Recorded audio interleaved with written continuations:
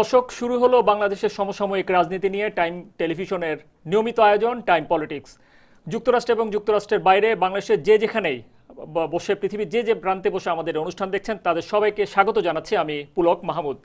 আমাদের সঙ্গে আপনারাও যুক্ত হতে পারেন। টেলিভিশন স্ক্রিনের নিচে দেখানো যে নাম্বারটি দেখছেন আপনারা, সেটিতে ফোন করে আপনারা সরাসরি আমাদের সঙ্গে আমাদের আলোচনায় যুক্ত হতে পারেন আমাদের দুজন সম্মানিত অতিথির সঙ্গে। আমাদের সঙ্গে আজ যোগ দিয়েছেন, আমার বামে আছেন জাতীয়তাবাদী যুবদল যুক্তরাষ্ট্রের প্রেসিডেন্ট জাকির এস চৌধুরী।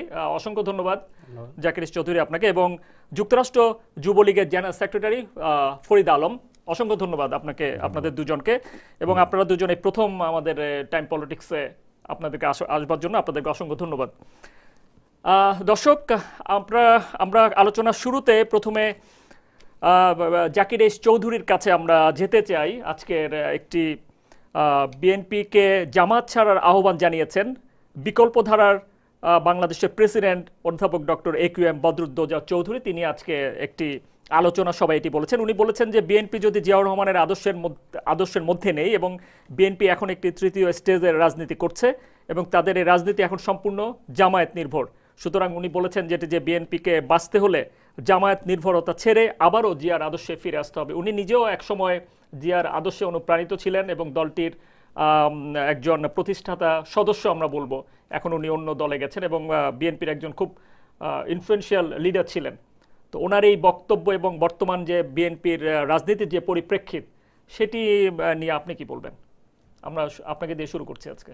ধন্যবাদ পুলক মাহমুদ। জি, প্রথমে আমি আপনার মাধ্যমে টাইম টেলিভিশনের সকল দর্শক, শ্রোতা, কলাকুশলী, বিজ্ঞাপনদাতা এবং দেশে এবং বিদেশে যারা টাইম টেলিভিশন দেখছেন, শুরুতেই আমি দক্ষিণ পূর্ব এশিয়ার সর্ববৃহৎ যুব সংগঠন বাংলাদেশ জাতীয়তাবাদী যুবদল যুক্তরাষ্ট্র শাখার পক্ষ থেকে সবাইকে আন্তরিক অভিনন্দন জানাচ্ছি। পাশাপাশি টাইম টেলিভিশন কর্তৃপক্ষকে আমি অভিনন্দন জানাচ্ছি আমাকে আজকে এই টাইম পলিটিক্সে এখানে আমন্ত্রণের জন্য। আপনাকে অসংখ্য ধন্যবাদ।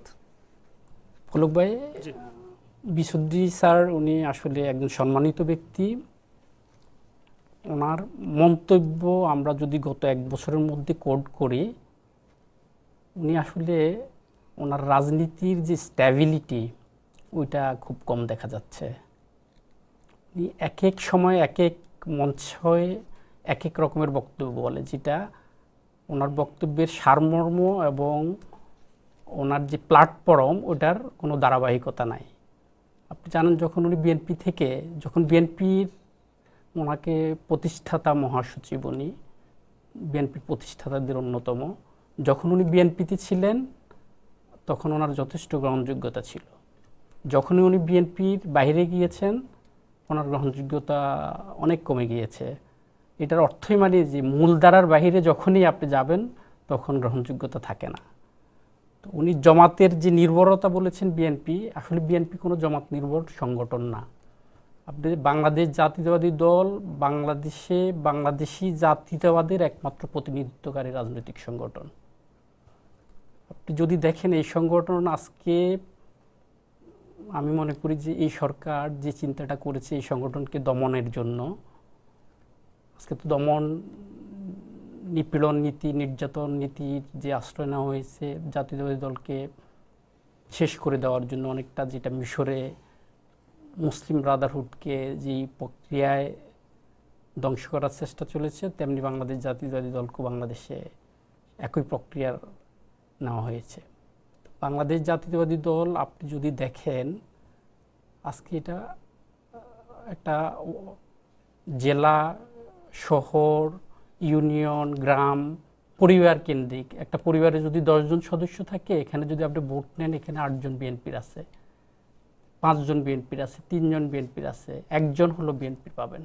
ফলে এই দলকে নিঃশেষ করা যাবে না। আমি প্রসঙ্গক্রমে বলি যে বিএনপি আসলে জমাত নির্ভর না। বিএনপির রাজনৈতিক কর্মসূচির মাঝে আমাদের যেহেতু একই উদ্দেশ্য, যে কারণে আমাদের দেশের মানুষ 1971 সালে মুক্তিযুদ্ধ করেছে, সেটা হলো দেশের গণতন্ত্র, অর্থনৈতিক মুক্তি, সামাজিক মুক্তি, রাজনৈতিক মুক্তি। আমাদের এই আদর্শের সাথে তারা একাত্মতা পোষণ করেছে। যেমনি 1996 সালে আওয়ামী লীগের সাথে তারা কোয়ালিশন করে বিএনপির বিরুদ্ধে একটা ইস্যু ছিল তত্ত্বাবধায়ক সরকার, সেই তত্ত্বাবধায়ক সরকারের জন্য তারা মুভমেন্ট করেছে। একই ইস্যুতে তারা যদি আওয়ামী লীগ তত্ত্বাবধায়ক ইস্যুতে তারা আওয়ামী লীগের সাথে মুভমেন্ট করেছে, এখন আমরা জনগণের ভোট, গণতন্ত্রের অধিকার, সাংবিধানিক অধিকার, মৌলিক অধিকার, সামাজিক অবক্ষয়ের বিরুদ্ধে দেশনেত্রী বেগম খালেদা জিয়ার যে কর্মসূচি, সেই কর্মসূচির সাথে তারা একাত্মতা পোষণ করে আন্দোলন সংগ্রামে মাঠে তারা আছে। এর অর্থ জামাত বিএনপির সাথে একীভূত হয়নি, বিএনপি জামাতের সাথে একীভূত হয়নি। আমরা আমাদের নিজস্ব কর্মসূচি আছে, নিজস্ব ম্যানিফেস্টো আছে, নিজস্ব আইডিওলজি আছে। সেই আইডিওলজির ভিত্তিতে বাংলাদেশি জাতীয়তাবাদের আদর্শের ভিত্তিতে বাংলাদেশ জাতীয়তাবাদী দল তার কর্মসূচি চালিয়ে যাচ্ছে। তো এটি গত কয়েকদিন ধরেই মিডিয়াতে এটি হচ্ছে যে জামাতকে মানে বিএনপিকে জামাত ছাড়তে হবে, এটি শুধু বদরুদ্দোজা চৌধুরী নন, বিভিন্ন মিডিয়াতে এগুলি এসছে এবং এগুলো আলোচিত হচ্ছে। তা আপনি কি মনে করেন না যে যদি তাই হয়, এবং আপনি যেটি বললেন যে বিএনপি জামাত নির্ভর নয় বা জামাতের সঙ্গে বিএনপির কোনো রাজনৈতিক ওরকম কোনো ইয়ে নেই, একই প্ল্যাটফর্মে তারা রাজনীতি করছেন না বা একই সঙ্গে মিলে রাজনীতি করছেন, তাই যদি হয় তাহলে দলের হাই কমান্ড থেকে এই ধরনের কি একটি ঘোষণা আসা উচিত বলে আপনি মনে করেন, যে না আনুষ্ঠানিকভাবে যে এই যে বিষয়টি আপনি বললেন যে জামাতের সঙ্গে আমাদের সংশ্লিষ্টতা নেই বা এরকম কিছু, কারণ হচ্ছে এই ধরনের যেই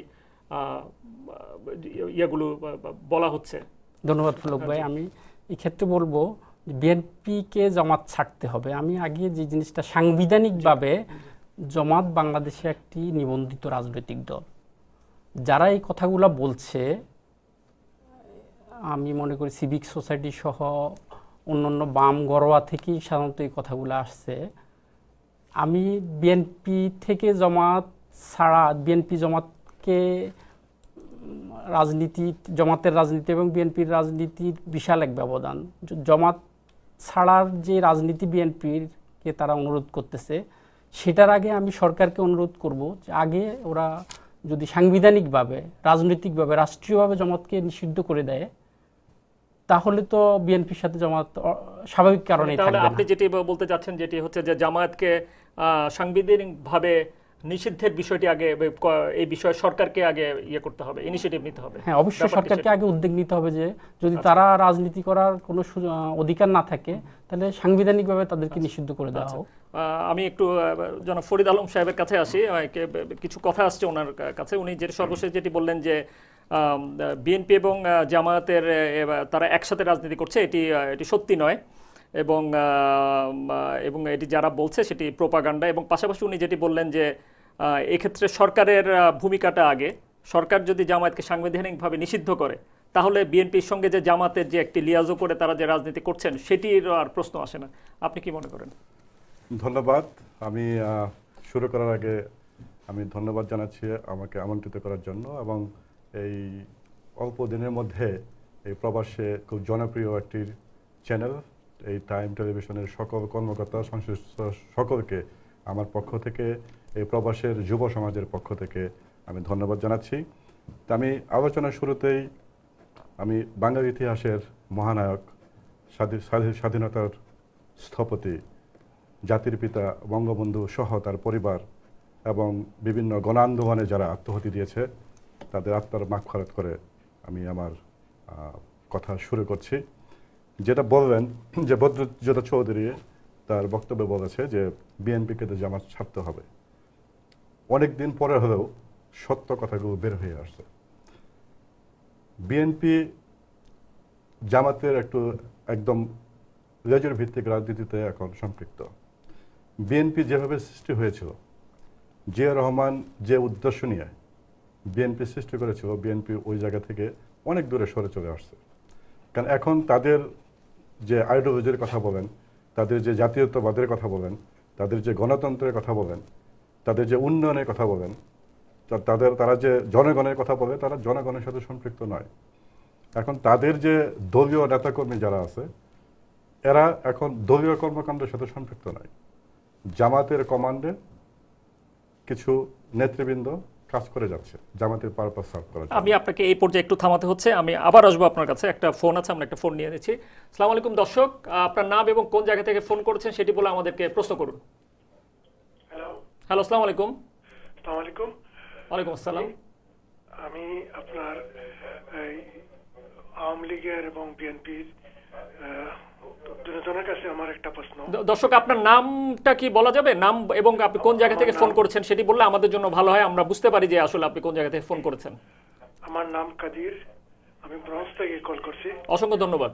জি, আমি ব্রঞ্জ থেকে কল করছি।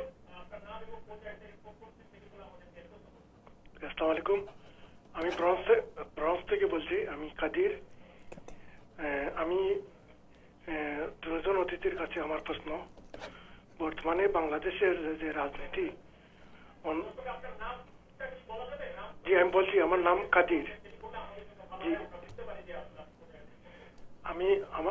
আমার নাম কাদির, আমি ব্রঞ্জ থেকে বলছি।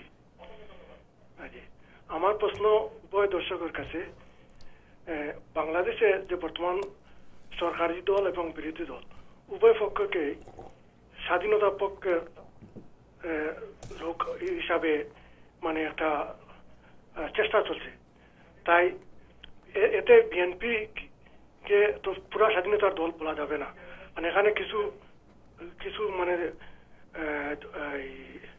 স্বাধীনতা বিরোধী শক্তি সংযুক্ত। ওদেরকে কিভাবে বাদ দিয়া উভয় দলকে স্বাধীনতার পক্ষের শক্তি হিসাবে একই প্ল্যাটফর্মে আনা যায় এবং একই যাতে যেমন আমরা বঙ্গবন্ধুর সোনার বাংলা গড়ার জন্য উভয় পক্ষেই অঙ্গীকারবদ্ধ হবে, এইরকম একটা দ্বারায় কোনো চেষ্টা করা যায় কিনা। আপনাকে অসংখ্য ধন্যবাদ। দর্শক, আমরা বুঝতে পেরেছি আপনি আসলে যেটা বলছিলেন, উনি যেটা বলতে যাচ্ছিলেন যে জামায়াতকে বাদ দিয়ে, কারণ হচ্ছে বিএনপির যিনি প্রতিষ্ঠাতা তিনিও একজন মহান মুক্তিযুদ্ধের সৈনিক ছিলেন, এটিতে কোনো সন্দেহ নেই, এবং আওয়ামী লীগের বঙ্গবন্ধু শেখ মুজিবুর রহমানের ইয়েতেই বা মুক্তিযুদ্ধ পরিচালিত হয়েছে। সুতরাং এই দুইটা মুক্তিযুদ্ধের মানে পক্ষে শক্তিকে একই প্ল্যাটফর্মে কিভাবে আনা যায় এবং দেশকে এগিয়ে নেওয়া যায়, উনি সেটাই বলেছেন আর কি। একটা জিনিস হচ্ছে যে আমাদের অনেক রক্তের বিনিময়ে আমাদের স্বাধীনতা অর্জিত হয়েছে এবং আমাদের স্বাধীনতা বিরোধী শক্তি মাথাচাড়া দিয়ে উঠেছে কখন? আমরা রাজনীতি করি, আমরা প্রবাসেও রাজনীতির সাথে সম্পৃক্ত, কিন্তু মূল বিষয়গুলো আমরা যদি না জানি, ইতিহাসকে যদি সত্যকার ইতিহাসকে যদি আমরা তুলে না ধরি, তাহলে কিন্তু সুষ্ঠু রাজনীতি কিন্তু কোথাও করা যাবে না। জামাতকে কে প্রশ্রয় দেব? স্বাধীনতা বিরোধী গোষ্ঠী কবে থেকে আসছে? আমাদের ওই শহীদ জিয়া রহমান এই স্বাধীনতা বিরোধী শক্তিগুলোকে উনি প্রতিষ্ঠিত করেছে বাংলাদেশে, আমরা দেখেছি। আমাদের স্বাধীনতা বিরোধী গোষ্ঠীর আমরা গাড়িতে ফ্ল্যাগ দেখেছি আমরা, বিএনপি যখন ক্ষমতায় ছিল। এত রক্তক্ষয়ের স্বাধীনতা, এই স্বাধীন দেশে যারা স্বাধীনতাকে স্বীকার করে না, যারা বাংলাদেশ একটা রাষ্ট্র, স্বাধীন রাষ্ট্র হিসেবে যারা স্বীকার করে না, তাদের রাজনীতি করার অধিকার আছে কিনা, এই প্রশ্ন শুধু আমার না, এই প্রশ্ন 16 কোটি মানুষের। তাই যদি হয় তাহলে শহীদ জিয়াউর রহমান উনি তো মুক্তিযুদ্ধ করেছেন, সেটি তো ঠিক। হ্যাঁ, একটা হচ্ছে যে মুক্তিযুদ্ধ, বাংলাদেশের মুক্তিযোদ্ধা যারা আছে, এটাকে দুইভাবে আপনাকে বিশ্লেষণ করতে হবে। এক পক্ষ যারা দেশের স্বাধীনতার জন্য যুদ্ধ করেছে, দেশের সার্বভৌমত্বের জন্য যুদ্ধ করেছে, আরেক পক্ষ যারা বাধ্য হয়ে যুদ্ধ করেছে। আমি বলবো যে জিয়া রহমান উনি বাধ্য হয়ে যুদ্ধ করেছে, তার কোনো চয়েস ছিল না। That's why he claim as a freedom fighter. কারণ যারা আসলে সত্যিকার অর্থে যারা দেশের সার্বভৌমত্বের জন্য স্বাধীনতার যুদ্ধ করেছে বঙ্গবন্ধুর নির্দেশে, তারাই সত্যিকারের মুক্তিযোদ্ধা। আর যারা বাধ্য হয়ে যারা মুক্তিযুদ্ধ করেছে তারা মুক্তিযুদ্ধ বলতে পারে, কিন্তু তারা কিন্তু সত্যিকারের মুক্তিযুদ্ধ চায় না। জিয়া রহমান যদি সত্যিকারের মুক্তিযুদ্ধ যদি হতেন, তাহলে কিভাবে জামাতকে প্রতিষ্ঠিত করবো, কিভাবে তার সরকার, তার দল কিভাবে জামাতকে মন্ত্রী বানাবো এবং বাংলাদেশের পতাকা তাদের গাড়িতে বহন করার সুযোগ দেব? আমার প্রশ্ন জাতির কাছে, আমার প্রশ্ন আমরা আবার একটু আপনাকে থামাচ্ছি, আমরা আরেকটা ফোনে যাচ্ছি। দর্শক আসসালামু আলাইকুম, আপনার নাম এবং কোন জায়গা থেকে ফোন করেছেন সেটি বলে আমাদেরকে প্রশ্ন করুন। হ্যালো, আসসালামু আলাইকুম। ওয়ালাইকুম আসসালাম। হ্যালো, আসসালামু আলাইকুম, আমি জসিম দেলোয়ার থেকে বলছি। জি বলুন জসিম ভাই, দেলোয়ার থেকে। যে আমি আওয়ামী লীগ ভাইয়ের কাছে প্রশ্ন, যে জামাতকে নিয়ে আওয়ামী লীগ আন্দোলন করছে এবং কি নির্বাচন করছে, এখন কেন জামাত জামাত রাজাকার বা জামাতকে তারা বিএনপির সাথে আন্দোলন করার জন্য বিএনপি জামাতকে থাকতে হবে।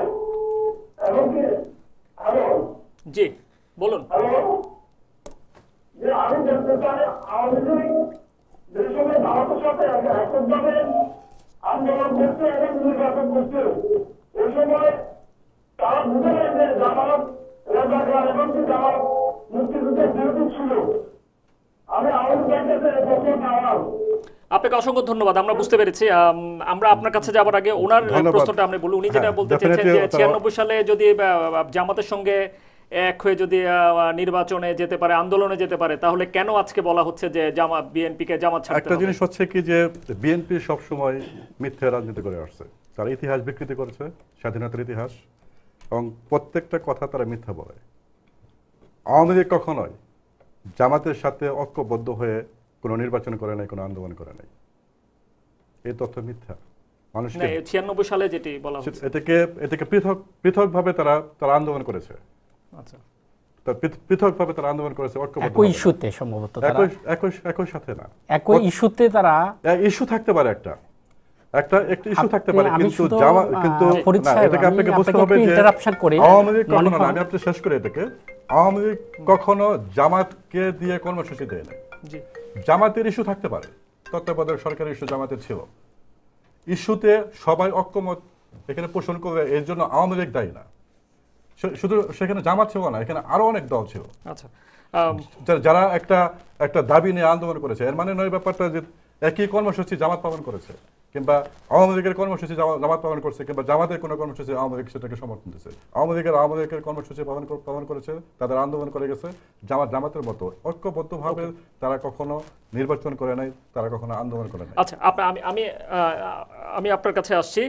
দুইটা প্রসঙ্গ এখানে এসছে। একটি হচ্ছে উনি যেটি বলেছেন যে বাধ্য হয়ে স্বাধীনতার যুদ্ধে শহীদ প্রেসিডেন্ট জিয়াউর রহমান তাকে যেতে হয়েছে, এটি একটি। আরেকটি উনি যেটি বলেছেন যদি স্মৃতিতে থাকে তাহলে আপনি আমাদেরকে বলতে পারেন যে 1996 সালে বিএনপি আর আওয়ামী লীগ এবং জামাতের যে কথাটা উনি বলছেন সেই ব্যাপারে আপনি যদি বলেন, এরপর আমরা দ্বিতীয় প্রসঙ্গে আসবো। যে ধন্যবাদ পুলক ভাই।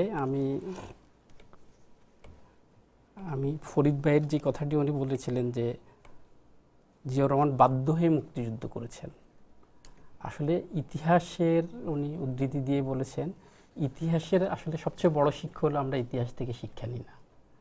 আপনারা জানেন 1971 সালের 7ই মার্চের পরে যখন তদানীন্তন নেতা শেখ মুজিবুর রহমান 7ই মার্চের ভাষণে অনেক কথার মাঝে উনি জয় বাংলা জয় পাকিস্তানও বলেছিলেন। যারা সেদিন আই উইটনেস ছিলেন, যারা ওই জনসভায় ছিলেন, এটা অনেক ইতিহাসের সাক্ষী রয়েছে। 7ই মার্চের পরে যখন 15ই মার্চ উনি তদানীন্তন পাকিস্তানি নেতৃবৃন্দর সাথে উনি দীর্ঘ আলাপচারিতা চালিয়ে যাচ্ছেন। 15ই মার্চ থেকে 16, 17, 18, 23, 24, 25শে মার্চ কালো রাত্রি।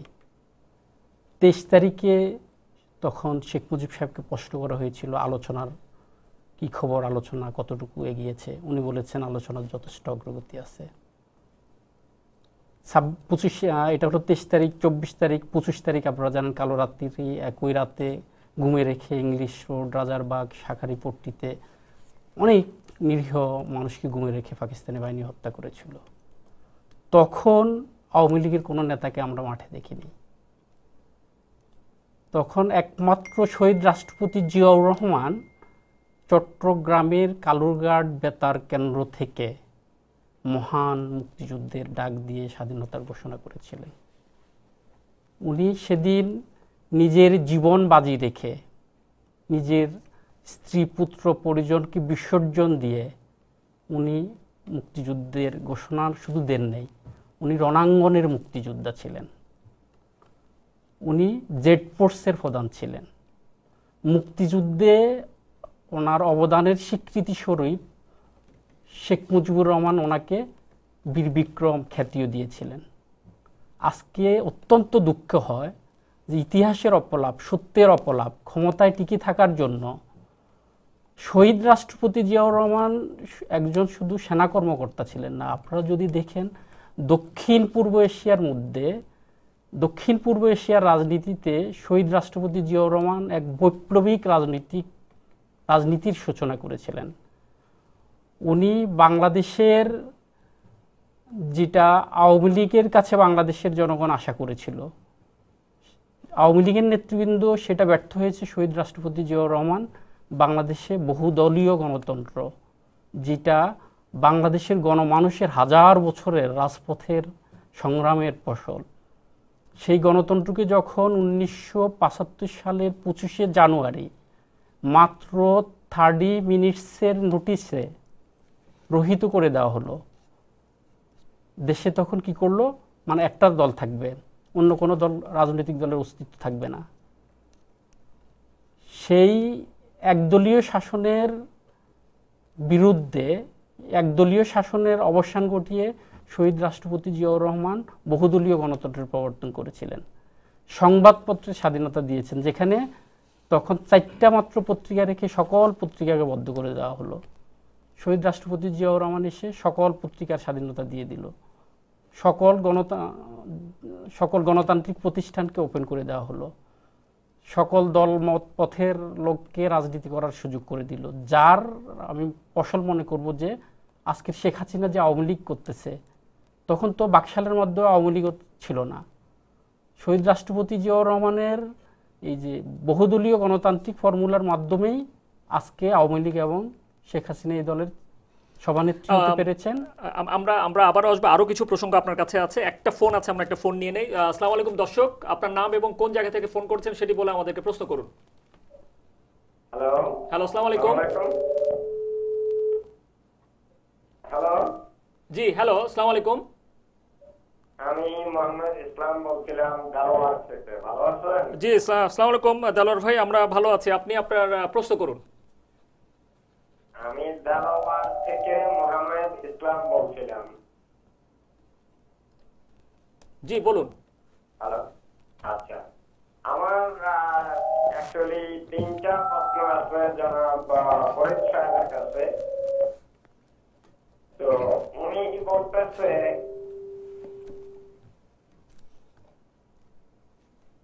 বলতেছে, যে জিয়াউর রহমান কোন রণাঙ্গনের সৈনিক ছিল না, উনি জাস্ট আর্মি ছিল। তো ওনাদেরকে দেখা তো আমার মনে হয় না যে ওনাদের বয়সও 40 হয়েছে এখনো। তো ওনারা বলতেছে কেমনি যে জিয়াউর রহমান প্র্যাকটিক্যালি যুদ্ধ করে নাই, ফিজিক্যালি যুদ্ধ করে নাই। আর বলতেছে বিএনপি সবসময় মিথ্যা কথা বলে। শেখ হাসিনার দল যারা করে ওরা কি গয়া থেকে অস্ত্রে আসছে না বৃন্দাবন থেকে অস্ত্রে আসছে? আর যুদ্ধের সময় জনাব জিয়াউর রহমান একটু যুদ্ধ করলো, শেখ সাহেব তো ছিল বন্দী, তাই শেখে কেমনে যুদ্ধ করলো? হাসিনা কোন সেকশনের কমান্ডার ছিল যে মুক্তিযোদ্ধা? আপনাকে অসংখ্য ধন্যবাদ, অসংখ্য ধন্যবাদ। আমরা বুঝতে পেরেছি আপনার কথা, অসংখ্য ধন্যবাদ। আপনার এই প্রসঙ্গগুলি নিয়ে আমরা আলোচনা করব। আমরা একটি বিরতিতে যাচ্ছি, বিরতির পর আমরা খুব শিগগিরই ফিরে আসব। আমাদের সঙ্গেই থাকুন।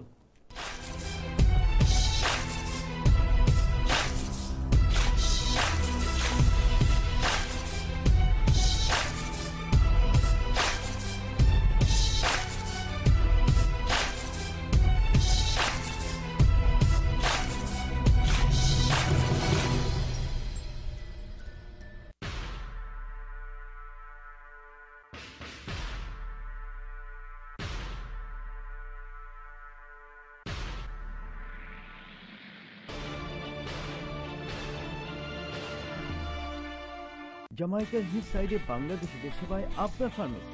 আমি শাহাব আহমেদ, দীর্ঘ 30 বছরের অভিজ্ঞতা নিয়ে অ্যাস্টোরিয়া জ্যাকসন হাইটসের পরে বাংলাদেশিদের সেবায় এখন জামাইকা। ডায়াবেটিক সাপ্লাই অথবা অন্য যে কোনো ওষুধের জন্য আপনার ফার্মেসিতে আসুন। আমাদের pharmacy certified flu vaccine pharmacy. এছাড়াও হালাল ভাইটামিন, হোমিওপ্যাথি মেডিসিন ও হার্বাল প্রোডাক্টের রয়েছে বিশাল সমাহার। মেডিকেড এবং মেডিকেয়ার সহ সকল ইন্স্যুরেন্স গ্রহণ করি। আমাদের ঠিকানা 16801 hillside avenue, Jamaica, new York. Telephone 347-561-6520। মুনাফা নয়, আপনাদের স্বাস্থ্য সেবাই আমাদের মূল লক্ষ্য।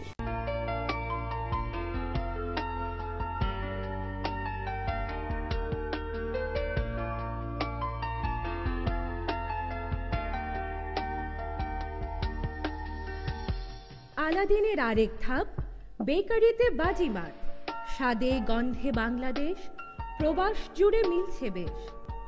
Aladdin restaurant, 29-06 36th Avenue, Astoria, New York 11106.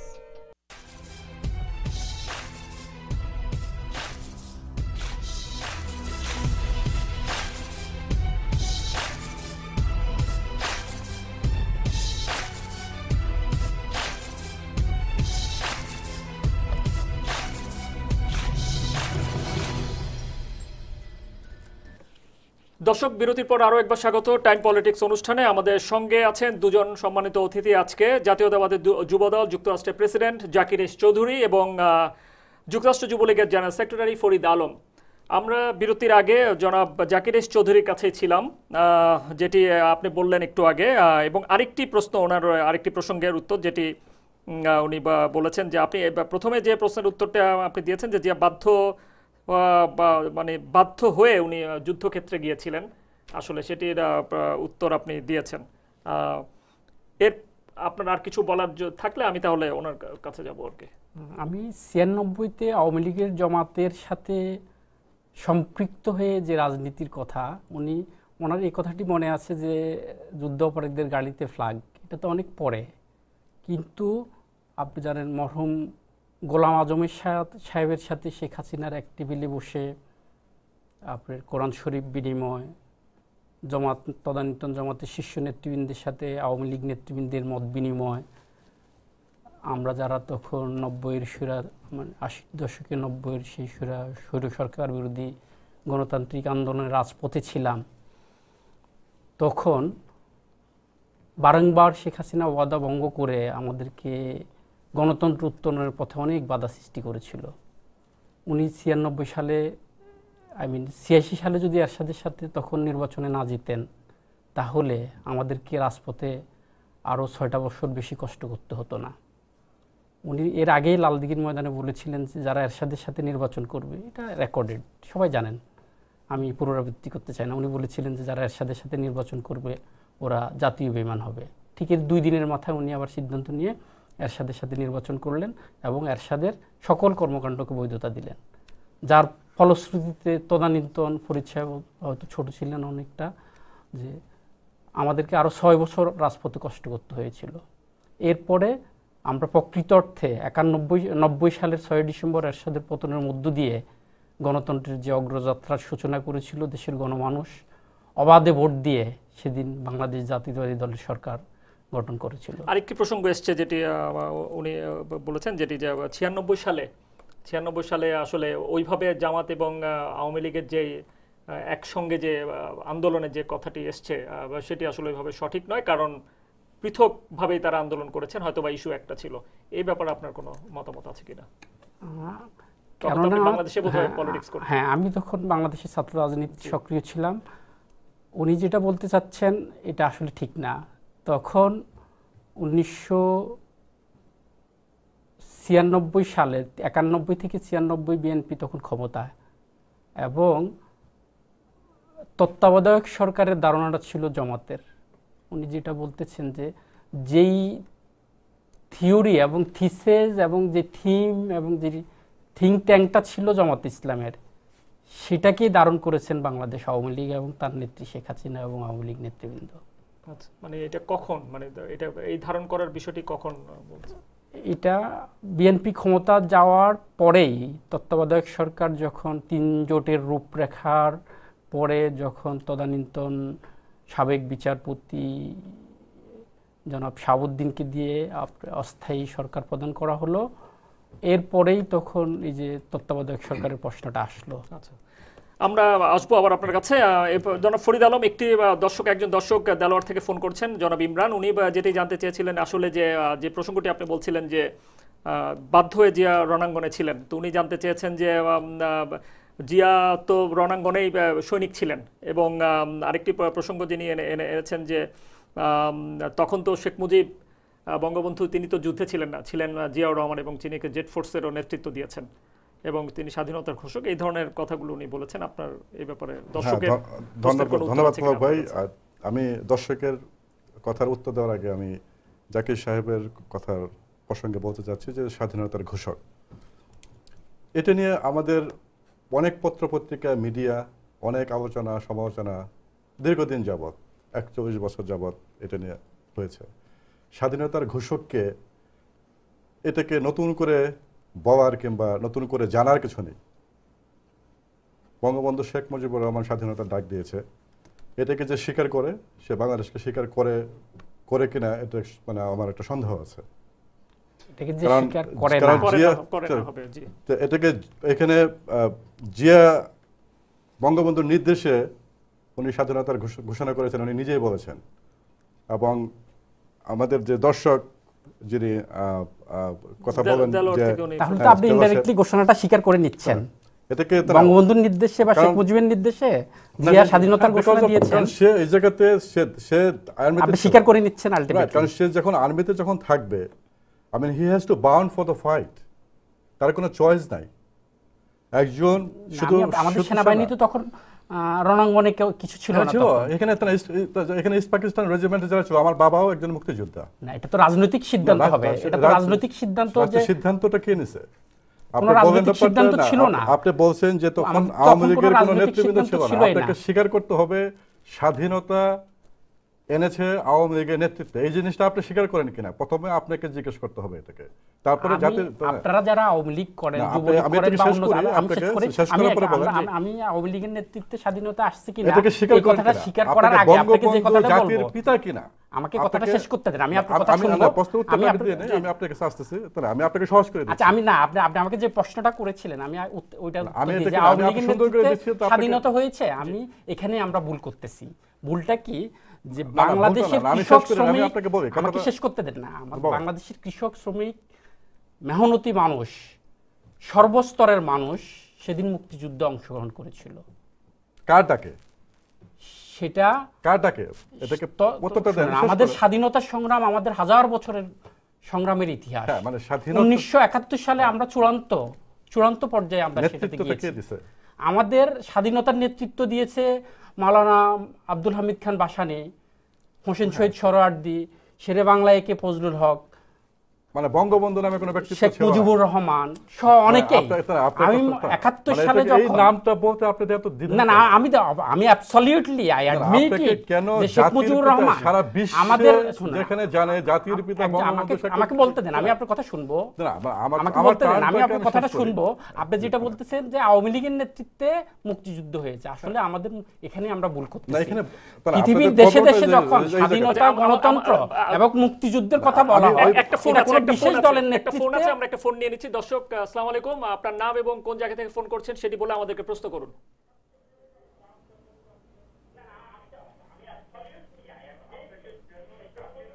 Hello hello hello, আসসালামু আলাইকুম। ওয়ালাইকুম আসসালাম। আমি কি প্রশ্ন করতে পারি?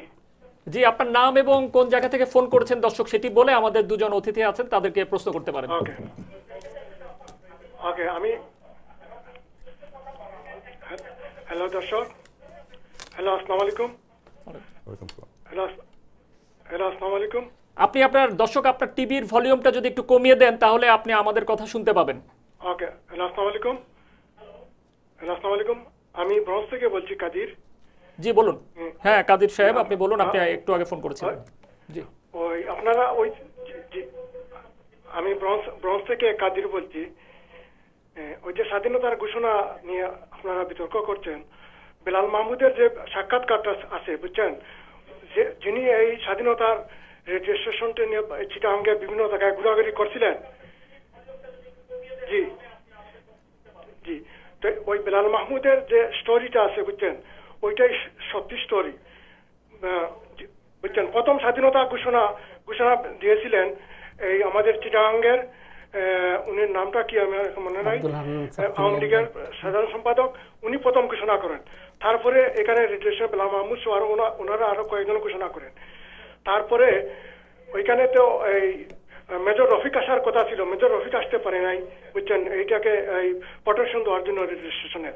তারপরে জিয়াউর রহমান বুঝছেন 25 তারিখ তো উনি গেছিলেন এই অস্ত্র উদ্ধারের জন্য বুঝছেন পাকিস্তানের, তখন ওইখানে এই জনগণের বাধা পেয়ে উনি ফেরত চলে আসেন। তারপরে দেখলেন অবস্থা বেগতিক জিয়াউর রহমান, ক্যান্টনমেন্টের যেদিন দর্শক আপনি আপনার প্রশ্নটা করুন, আপনি আপনার প্রশ্নটা করুন, পটিয়ার দিকে বুঝছেন, আপনি আপনার প্রশ্নটা করুন। তখন বেলাল মাহমুদের সাথে ওনার সাক্ষাৎকার হয়, তো বেলাল মাহমুদ বললেন যে ওনাদের এই রেডিও স্টেশনের প্রোটেকশনের দরকার, বুঝছেন। তখন 27 তারিখে দর্শক আপনাকে অসংখ্য ধন্যবাদ, আপনাকে অসংখ্য ধন্যবাদ। আমরা বুঝতে পেরেছি আসলে উনি সেদিনের যে ঘোষণার যে বিভিন্ন যে ইতিহাসটা আছে উনি সেটি বলতে চাচ্ছিলেন, বেলাল মাহমুদের যে বইটি আছে সেটি প্রসঙ্গে। হ্যাঁ, আপনি যদি যেটা বলছিলাম আর কি, যে স্বাধীনতার ঘোষণা নিয়ে আমাদের যে দ্বিধাদ্বন্দ্ব ছিল, এই দ্বিধাদ্বন্দ্বের অবসান ঘটেছে। এখন আমাদের সংবিধানের স্বাধীনতার ঘোষককে এটাকে আমাদের বলা আছে স্পষ্ট করে, এটা নিয়ে নতুন করে বিতর্ক করার কিছু নাই। কারণ ইতিহাস যেটা বলে, ইতিহাস সত্য কথা বলে। আমাদের বঙ্গবন্ধু শেখ মুজিবুর রহমান স্বাধীনতার ঘোষণা দিয়েছিলেন এবং উনি ঐতিহাসিক 7ই মার্চের মাধ্যমেই উনি সমস্ত দিক নির্দেশনা জাতির জন্য কি করা উচিত উনি ওই বক্তব্যে বলে দিয়েছে পরিষ্কার।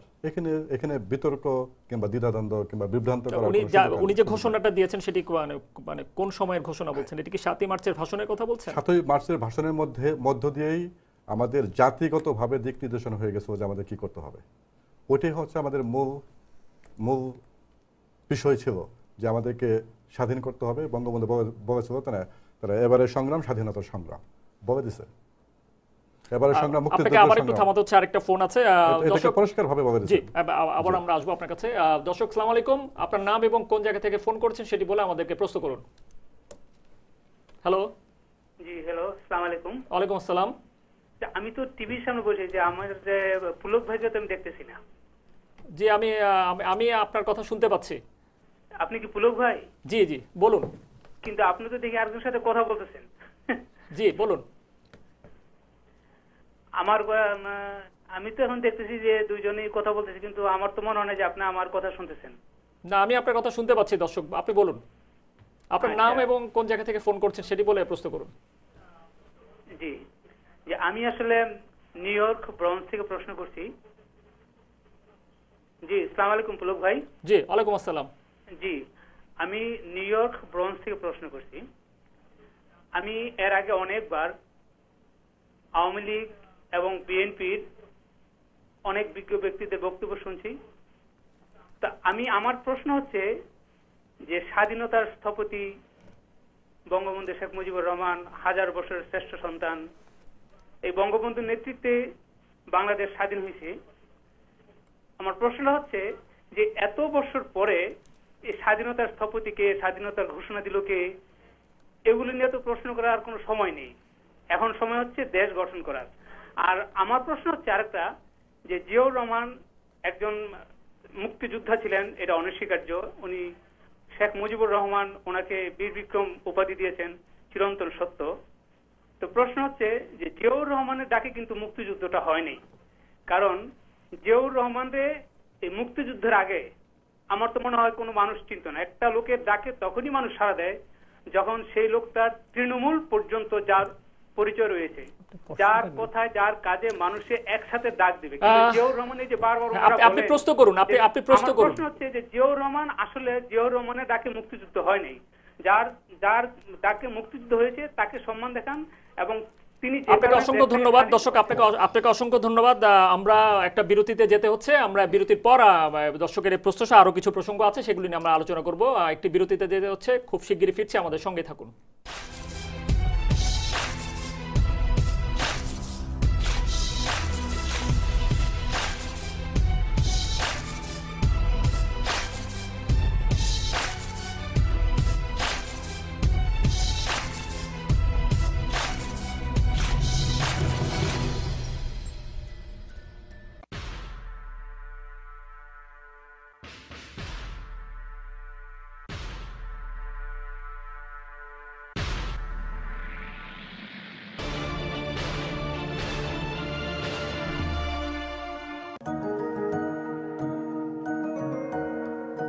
আমি ডাক্তার মোহাম্মদ মফিদ। আমাদের দুটি শাখা আছে, একটি জামাইকাতে, একটি ফুলটন স্ট্রিট। আমরা সব ধরনের দাঁত এবং মাড়ির চিকিৎসা করে থাকি। আপনাদের যে কোনো প্রয়োজনে আমাদের কাছে আসতে পারেন। আপনারা যত্ন সহকারে আন্তরিকতার সাথে আপনাদের সেবা করেন।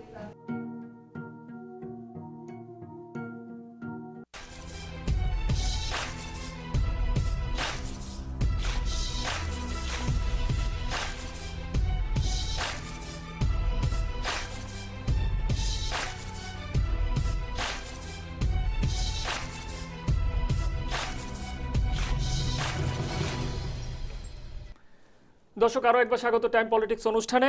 আমাদের সঙ্গে আছেন জাতীয়তাবাদী যুবদল যুক্তরাষ্ট্রের প্রেসিডেন্ট জাকির এস চৌধুরী এবং যুক্তরাষ্ট্র যুবদলের জেনারেল সেক্রেটারি ফরিদ আলম, যুবলীগের জেনারেল সেক্রেটারি জনাব ফরিদ আলম। জনাব ফরিদ আলম, কিছুক্ষণ আগে বিরতির আগে দর্শক যে ফোনটা করেছিলেন সেটি হচ্ছে যে এত বছর পর কে স্বাধীনতার ঘোষক অথবা কে স্বাধীনতার ঘোষণা দিয়েছিলেন অথবা কার ডাকে মুক্তি সে যুদ্ধ হয়েছে, সেই প্রসঙ্গগুলিকে আমরা এত বছর 40 বছর পর কেন টেনে নিয়ে আসি? আমরা এখন তো আমাদের দেশ এগিয়ে যাবার কথা সামনের দিকে, এগুলো নিয়ে কেন আমরা কথা বলি? দর্শক মানে যথার্থ কথা বলেছেন। এটা নিয়ে বিতর্ক করার জন্য সময় আর নেই। আমাদের সামনে এগিয়ে যেতে হবে, আমাদের উন্নয়নের ধারাকে অব্যাহত রাখতে হবে, আমাদের জনগণের জন্য আমাদের কাজ করতে হবে। এটাই হচ্ছে আমাদের উদ্দেশ্য। এবং আমাদের বাংলাদেশ, বঙ্গবন্ধুর যে স্বপ্ন ছিল সোনার বাংলা, এই সোনার বাংলা করার জন্য আমাদেরকে ঐক্যবদ্ধভাবে সবাইকে কাজ করতে হবে আমাদের দেশের উন্নয়নের জন্য। এই বিতর্ক করে সময় আমরা নষ্ট করি না, কিন্তু আমরা কিছু কিছু সময় যে বিভ্রান্তগুলো, যে মিথ্যা ইতিহাস বলার চেষ্টা করে তাদেরকে প্রতিহত করার চেষ্টা করি। এই বিষয়ে আমরা খুব বেশি তর্কের মধ্যে যাই না, কারণ এটা ইতিহাস বলে দিছে স্বাধীনতার ঘোষককে, ইতিহাস বলে দিছে স্বাধীনতার স্থপতিকে, ইতিহাস বলে দিছে যে কোন সংগঠনের নেতৃত্বে, কাদের নেতৃত্বে আমাদের দেশ স্বাধীন হয়েছে। ইতিহাস সাক্ষী, মানুষ সাক্ষী, পৃথিবী সাক্ষী। সুতরাং এখানে দ্বিতীয়বার বলার কোনো কিছু অপেক্ষা রাখে না। তো আরেকটা জিনিস আমি বলতে চাই, যেটা ওনাকে,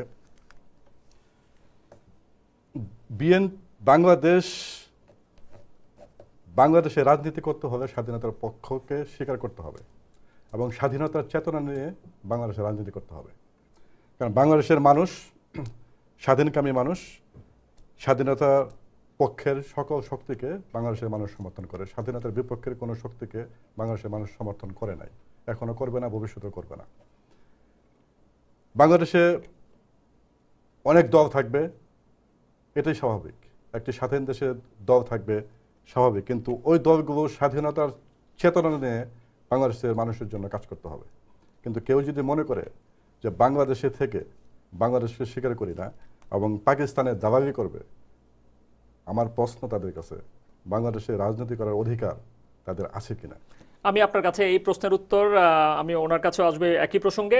দর্শক, একটা ফোন আছে, আমরা একটা ফোন নিয়ে নিচ্ছি। আসসালামু আলাইকুম দর্শক, আপনার নাম এবং কোন জায়গা থেকে ফোন করেছেন সেটি বলে আমাদেরকে প্রশ্ন করুন, এবং দয়া করে আপনার যে টেলিভিশনের যে ভলিউম সেটা একটু কমিয়ে রাখুন, তাহলে আমাদের জন্য সুবিধা হয় আপনার কথা শুনতে। হ্যালো হ্যালো, তার কাছে দোয়া করার জন্য। আরে তো রাজা গান তাহলে এইটি আমার প্রশ্ন। হ্যালো, আসসালামু আলাইকুম দর্শক। হ্যালো হ্যালো, জি আসসালামু আলাইকুম। ওয়ালাইকুম আসসালাম। জি বলুন। আমার প্রশ্নটা হচ্ছে যে হেফাজতরা যখন ঢাকায় আসছিল, আসার পরে তারা কোরআন শরীফ পড়াইছে, রাস্তাঘাট ভাঙছে, খুব গোলমাল করছে, অথচ এখন যে 3টা সিটি নির্বাচনে যে 3টা মেয়র সেই হেফাজতের কাছে কেন গেল, এটাই প্রশ্ন। আচ্ছা, ধন্যবাদ আপনাকে। আমরা আপনার কাছে আসি। এই দর্শকের যে প্রশ্নটা আছে সেটি কি আপনি আগে বলে তারপর যেই প্রশ্নটা করেছেন একজন দর্শক, আমি এটা আপনার কাছেও রাখতে চাই। এত বছর পর স্বাধীনতার ঘোষক কে ঘোষণা দিয়েছেন সেটি বলাটা জরুরি নাকি দেশকে এগিয়ে নিয়ে যাওয়াটা জরুরি? একজন দর্শক ফোন করেছিলেন। আমি আসলে প্রাসঙ্গিক আপনার জাতি তার জাতিসত্তার বিকাশের জন্য তার প্রকৃত ইতিহাস ঐতিহ্যকে সংরক্ষণ করতে হবে। আমি এই কথা অত্যন্ত দ্ব্যর্থহীন কণ্ঠে বলতে চাই যে বিকৃত ইতিহাস একটা বিকৃত জাতি গঠনে সহায়তা করে। আজকে যে ইতিহাস রচনা করা হয়েছে, আপনারা জানেন 5ই জানুয়ারি 2014 সালে একটি ভোটারবিহীন নির্বাচনের মধ্য দিয়ে, যেখানে জনগণের প্রতিনিধিত্ব ছিল না, কনস্টিটিউশনের যে আর্টিকেল 123-তে যে জাতীয় সংসদের তফসিল ঘোষণার সাথে সাথে সংসদ সদস্যদের পদ শূন্য হয়ে যাবে।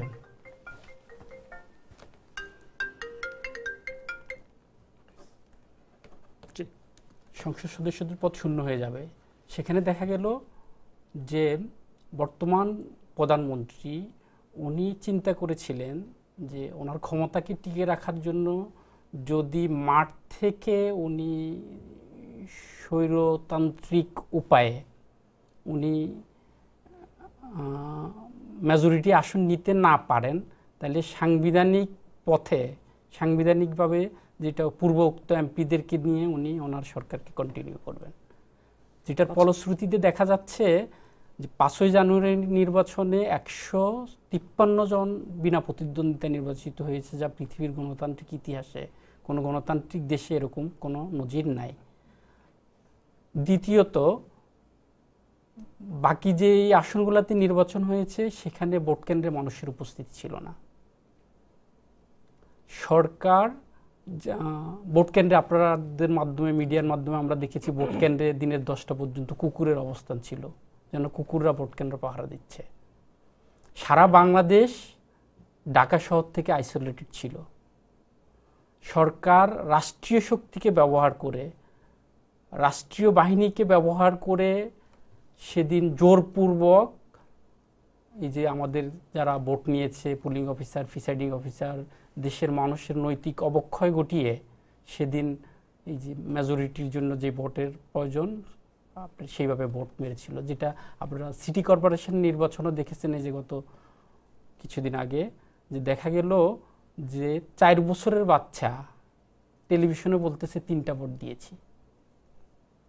এরশাদের সময় আমরা দেখেছি যে তখন ওই যে ছাত্ররা তখন পরীক্ষা কেন্দ্রে যাইয়া মিছিল করতো যে ভোট নিয়েছো যেভাবে পরীক্ষা দিব সেভাবে।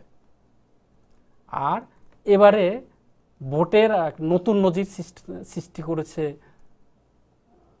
শেখ মুজিবুর রহমানের কন্যা, আজকের প্রধানমন্ত্রী জননেত্রী শেখ হাসিনা, যে উনি ভোটের আগের দিন অধিকাংশ কেন্দ্রে ভোট নিয়ে নিয়েছেন।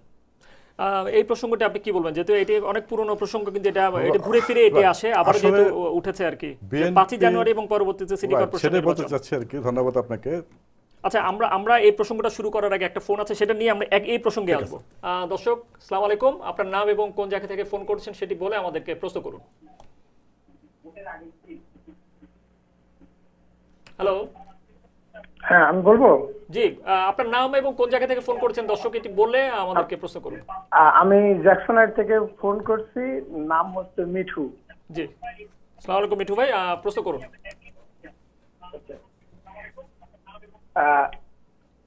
ওয়ালাইকুম আসসালাম, আমি জ্যাকসনহাইট থেকে ফোন করছি, আমার ডাক নাম হচ্ছে মিঠু।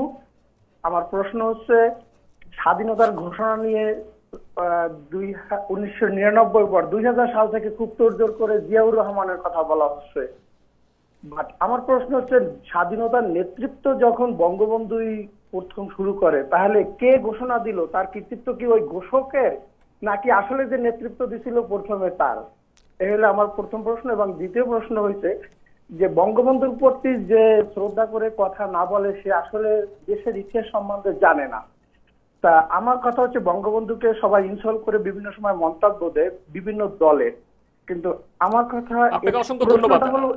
আপনাকে অসংখ্য ধন্যবাদ, আমরা বুঝতে পেরেছি আপনার কথা। আপনি আপনার যে প্রসঙ্গে বলছিলেন সেটা বলে তারপর আমরা, যে বিএনপির কোনো ইস্যু নাই, মানে কিছু কিছু কথা ওনারা মানে মাঝে মাঝে বলে জনগণকে শুধু বিভ্রান্ত করার একটা অপচেষ্টা চালানো মাত্র। 5ই জানুয়ারি নির্বাচন, আমি বলবো মানে জননেত্রী শেখ হাসিনা এই গণতন্ত্রকে অব্যাহত রাখার জন্য 5ই জানুয়ারি নির্বাচন অনুষ্ঠিত হয়েছে। এই নির্বাচনের প্রয়োজন ছিল। 5ই জানুয়ারিতে যদি নির্বাচন যদি না হতো, আমাদের দেশে গণতন্ত্র থাকতো না। এই যে প্রয়োজন ছিল, এটি কেন বলছেন, মানে কোন দিক থেকে প্রয়োজন? একটা নির্বাচন হবে, একটা সরকারের মেয়াদ শেষ হবে, একটা নির্বাচন হবে, এটা সাংবিধানিক। সাংবিধানিকভাবে নির্বাচন হয়েছে। এখন বিএনপি যদি সেই নির্বাচনে যদি পার্টিসিপেট না করে, বিনা প্রতিদ্বন্দ্বিতায় সেখানে যারা প্রার্থী জয়ী হবে, উনি বলবেন একটি কথা, আমার মানে শ্রদ্ধা জাকির সাহেব উনি জানেন কিনা, যে উনি বলছে যে পৃথিবীতে কোনো নজির নাই, যুক্তরাষ্ট্রে কতগুলো সিনেট বিনা প্রতিদ্বন্দ্বিতায় নির্বাচিত হয়েছে আপনার কি জানা আছে? মোর দেন 200. There is no other candidate in a one election.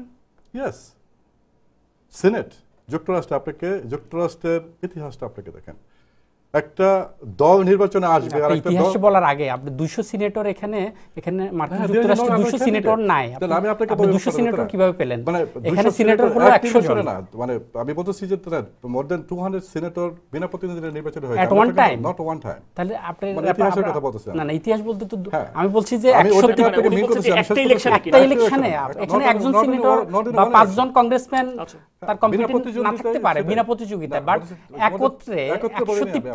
আমি ওই কথাটাই বলছি, আপনি দয়া করে আমার কথাটা ভুল বুঝবেন না। আমি বলছি একত্রে 153 জন। আমি বলতেছি যে বিনা প্রতিদ্বন্দ্বিতায় এখানে কংগ্রেসের নির্বাচন হয়েছে।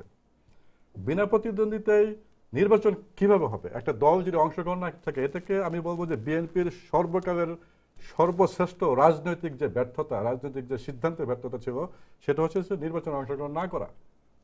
আপনারা 5 জনে তো নির্বাচন অংশগ্রহণ করেন নাই বিধায় আপনি বিএনপি, এটা বিএনপির সিদ্ধান্ত। আপনি বলতে পারেন না বিএনপির কি সিদ্ধান্ত হওয়া উচিত। বিএনপি বলছে যে আমাদের লেভেল প্লেইং ফিল্ড করতে হবে নির্বাচনের জন্য, যেটা যে নির্বাচনের টাইমে কোনো কথা বলে নাই। আপনি বলেন, বাট সত্যর অপলাপ করবেন না। সত্য কথা বলেন যে বিএনপি কেন নির্বাচনে যায়নি, আপনি কি সেটা না বিএনপির ব্যাপার। আপনি যেটা বলছেন যে বিএনপি ভুল করেছে, বিএনপি অবশ্যই ভুল করেনি। কারণ বিএনপি যদি শেখ হাসিনার অধীনে নির্বাচন করত, একই রেজাল্ট হতো। বিএনপি যদি ভুল যদি না করে থাকে, so you should not talk about it, because নির্বাচন সাংবিধানিক পন্থায় হয়েছে। এটা তো আপনি জানেন যে আপনি এটা বলছে যে এটা একটা নিয়ম রক্ষার নির্বাচন। হ্যাঁ, উনি বলছেন এটা রেকর্ড, এটা অন দা রেকর্ড। উনি বলছে যে 5 জানুয়ারি নির্বাচন এটা একটা নিয়ম রক্ষার নির্বাচন। আমি এটা নিয়ম রক্ষার নির্বাচন দিচ্ছি, আমি যখনই আবার সময় হবে, আমি একটা সময় যখন হবে তখন তো জননেত্রী শেখ হাসিনা বলছে নিয়ম রক্ষার নির্বাচন, I will give you another interim election. কে বলছে আপনাকে? এটা শেখ হাসিনা বলেছেন মানে নির্বাচনের আগে যে উনি নিয়ম রক্ষার নির্বাচন করতেছেন। এই নির্বাচন সারা বিশ্বের স্বীকৃতি পেয়েছে। এই নির্বাচন সারা বিশ্বে স্বীকৃতি পেয়েছে। কোন দেশ স্বীকৃতি দেয় নাই? আচ্ছা, আমি শেষ করি ওনার কথাটাকে আমি শেষ করি যে আপনারা একদিকে বলতেছেন যে এটা বিএনপির সিদ্ধান্ত, তো do you have right to talk about যে নির্বাচনে বিনা প্রতিদ্বন্দ্বিতা পাস করছে কিনা? আপনারা নির্বাচনে যান না, ইউ শুড কোয়াই। আচ্ছা, আপনি যদি নির্বাচনে যদি যান, আপনি এই কথা বলতে পারেন না যে বিনা প্রতিদ্বন্দ্বিতায় নির্বাচন, কেউ ক্যান্ডিডেট না থাকলে বিনা প্রতিদ্বন্দ্বিতায় নির্বাচন হবে, এটা স্বাভাবিক।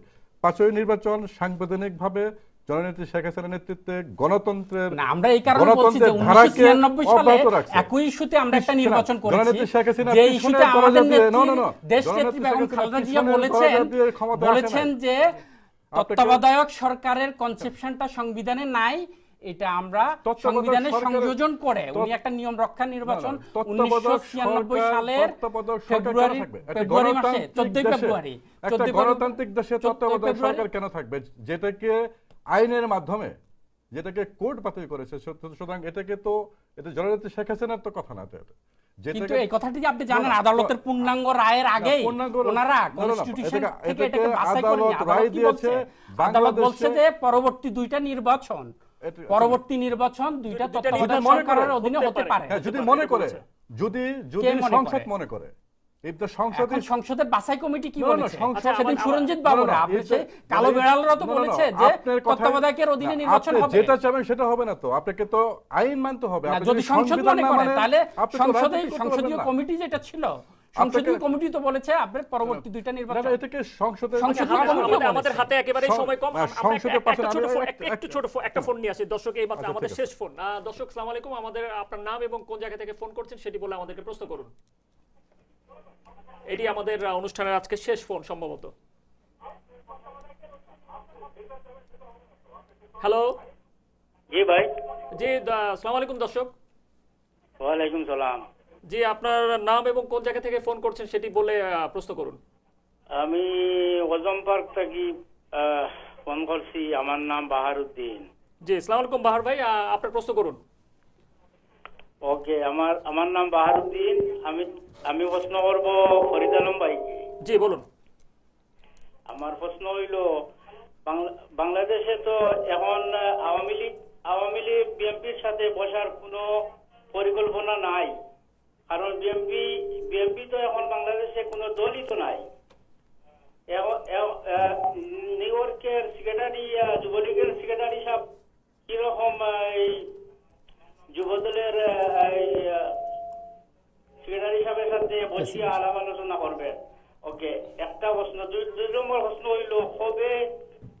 জিয়াউর রহমান সাহেবের মাজার এখানটা কি উঠানি হবে? আপনাকে অসংখ্য ধন্যবাদ। আপনাকে অসংখ্য ধন্যবাদ। দর্শক জানতে চেয়েছেন যে আওয়ামী লীগ এবং বিএনপির একসাথে বসার কোনো রাইট একটা হচ্ছে কি আমরা সুষ্ঠু গণতন্ত্র, আমাদের হাতে সময় আর 1 মিনিট, আমরা সুষ্ঠু গণতন্ত্রে আমরা বিশ্বাসী। জননেত্রী শেখ হাসিনা ওনার নেতৃত্বের বিচক্ষণতার জন্য আজকে বাংলাদেশে গণতন্ত্র প্রতিষ্ঠিত হয়েছে। জননেত্রী শেখ হাসিনার নেতৃত্বে এই আওয়ামী লীগ সরকার দেশের যে উন্নয়ন, এই উন্নয়ন পৃথিবীর সব দেশে ছড়িয়ে পড়েছে। আমি আমার হাতে সময় একেবারেই কম। আমি আরেকটা বিষয় আপনার কাছে, আমি খুবই দুঃখিত যে সময় একেবারেই কম। আপনি 5 জানুয়ারি নির্বাচনের কথা বলেছেন। একই প্রসঙ্গে আমি যদি একটু জাস্ট আপনাকে একটু ধরিয়ে দেই, সেটি হচ্ছে যে সম্প্রতি যেটি হলো সিটি কর্পোরেশন নির্বাচন, সেখানে বিএনপির পার্টিসিপেশন ছিল এবং সেই নির্বাচন নিয়ে আমরা দেখেছি যে বিভিন্ন জায়গায়, এবং গত 2 দিন আগে রবার্ট গিবসন যুক্তরাজ্যের যিনি হাই কমিশনার, উনি ওনার একটা মন্তব্য দিয়েছেন, ওনার একটা দিয়েছেন, এবং মার্কিন যুক্তরাষ্ট্রের যিনি বাংলাদেশের যিনি রাষ্ট্রদূত, তিনিও বলেছেন যে এটি হয়তো বা ওইভাবে সঠিক পথে হয়নি। যে সিটি কর্পোরেশন সেখানে যুক্তরাষ্ট্রের আর বিএনপির পার্টিসিপেশন ছিল, সেটি নিয়ে আপনার মন্তব্য খুব সংক্ষেপে যদি বলেন, আমরা ওনার কাছে যাব। আমার দৃষ্টিকোণ থেকে সিটি কর্পোরেশনের নির্বাচন শুধু না, বাংলাদেশের যতগুলো নির্বাচন হয়েছে এই আওয়ামী লীগ সরকারের সময় জননেত্রী শেখ হাসিনার নেতৃত্বে, প্রত্যেকটি নির্বাচন ছিল অবাধ, নিরপেক্ষ, সুষ্ঠু। কোন রকম কোনো কমপ্লেইন কখনো এখানে ছিল না।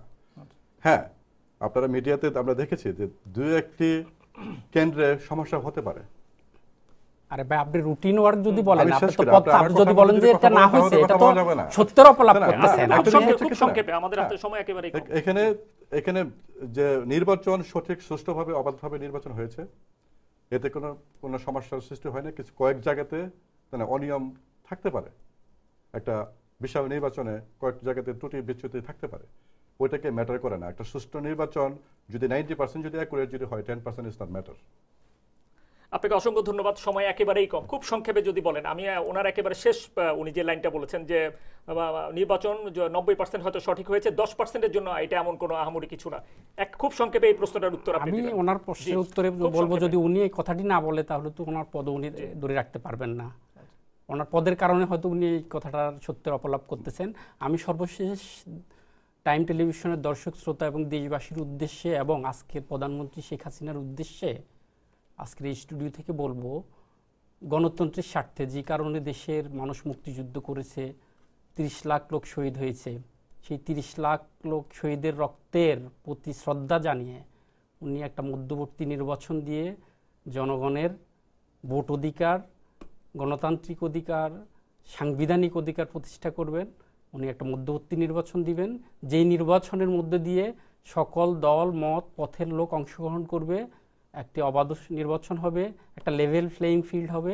সেই লেভেল ফিল্ড প্লেয়িংয়ের মাধ্যমে সবাই অংশগ্রহণ করতে পারবে, এবং যেটার মধ্যে দিয়ে দেশের আমি শেষ আপনাকে বলতে চাই যে অবাধ এবং আপনি যে মধ্যবর্তী নির্বাচন চাচ্ছেন, সেটিকে আপনারা বর্তমানে নির্বাচন কমিশনের যে নির্বাচন কমিশন যেটি আছে সেটির অধীনেই আপনি বলছেন? অবশ্যই না, এটা তো সরকার, আপনি রাষ্ট্রীয় যে সাংবিধানিক প্রতিষ্ঠানগুলো, সে সাংবিধানিক প্রতিষ্ঠানগুলোকে উনি ধ্বংস করে দিয়েছে। আমাদের নেত্রী, বাংলাদেশ জাতীয় দলের নেত্রী তথা 20 দলের নেত্রী দেশনেত্রী বেগম খালেদা জিয়া বলেছেন, তত্ত্বাবধায়ক সরকার অধীনে, তত্ত্বাবধায়ক সরকারের অধীনে ছাড়া আমরা কোনো নির্বাচনে, এই সরকারের অধীনে অতীত প্রমাণ হয়েছে কোনো নির্বাচন অবাধ এবং সুষ্ঠু হতে পারে না। তো নির্বাচনে একটা লেভেল প্লেয়িং ফিল্ড করার জন্য, অবাধ সুষ্ঠু নির্বাচন করার জন্য অবশ্যই যেটা হলো একটা তত্ত্বাবধায়ক সরকারের অধীনে নির্বাচন দিতে হবে, নিরপেক্ষ। আমি বুঝতে পেরেছি আপনি যেটি হয়তো বলতে যাচ্ছেন সেটি হচ্ছে যে মধ্যবর্তী নির্বাচন দরকার এবং সেটি তত্ত্বাবধায়ক সরকারের অধীনে, সেটি মানে আপনি বলছেন। আপনি খুব সংক্ষেপে, আমি সংক্ষেপে বলতে চাই, আমি অনেকে বলতে চাই বাংলাদেশের নির্বাচন যত সময় হবে, তত্ত্বাবধায়ক সরকার এই ব্যবস্থাপনা কোনো গণতান্ত্রিক দেশে থাকতে পারে না। তত্ত্বাবধায়ক সরকারের অধীনে কোনো নির্বাচন হবে না। আমি বিএনপির উদ্দেশ্য করে বলবো, আপনারা এই সমস্ত জ্বালাও পোড়াও, মানুষ হত্যা, এগুলি বন্ধ করে আমাদের অনুষ্ঠানের শুরুতে যে কথাটা ছিল যে আপনারা এই জামাতপন্থী রাজনীতি পরিহার করে আপনারা সুষ্ঠু গণতান্ত্রিক রাজনীতি চর্চা করেন, তারপরে এটা আওয়ামী লীগ সরকার এবং জননেত্রী শেখ হাসিনা বিবেচনা করে দেখবে যে আপনাদের সাথে বসা যায় কিনা। এবং আগামী নির্বাচন জননেত্রী শেখ হাসিনার নেতৃত্বে যথাসময়ে হবে। অসংখ্য ধন্যবাদ আপনাকে, অসংখ্য ধন্যবাদ। সরকারের অধীনে কোনো নির্বাচন হবে না। আমি যে কথাটি ওনার উদ্দেশ্যে বলতে চাই, রাজনীতি বন্ধ করে আপনারা জনগণের জন্য রাজনীতি করেন। জ্বালাও পোড়াও আন্দোলন কর্মসূচি কখনো বিএনপি করে নাই। বিএনপি সবসময় শান্তিপূর্ণ জনগণের পক্ষে শান্তিপূর্ণ সহযোগিতাতে মানুষকে হত্যা করেছে, একটা আন্দোলন মানুষকে হত্যা করেছেন। আগামীতে আবার আমরা আসবো নতুন কোনো অতিথি নিয়ে। সে পর্যন্ত আপনারা সবাই ভালো থাকুন, ধন্যবাদ।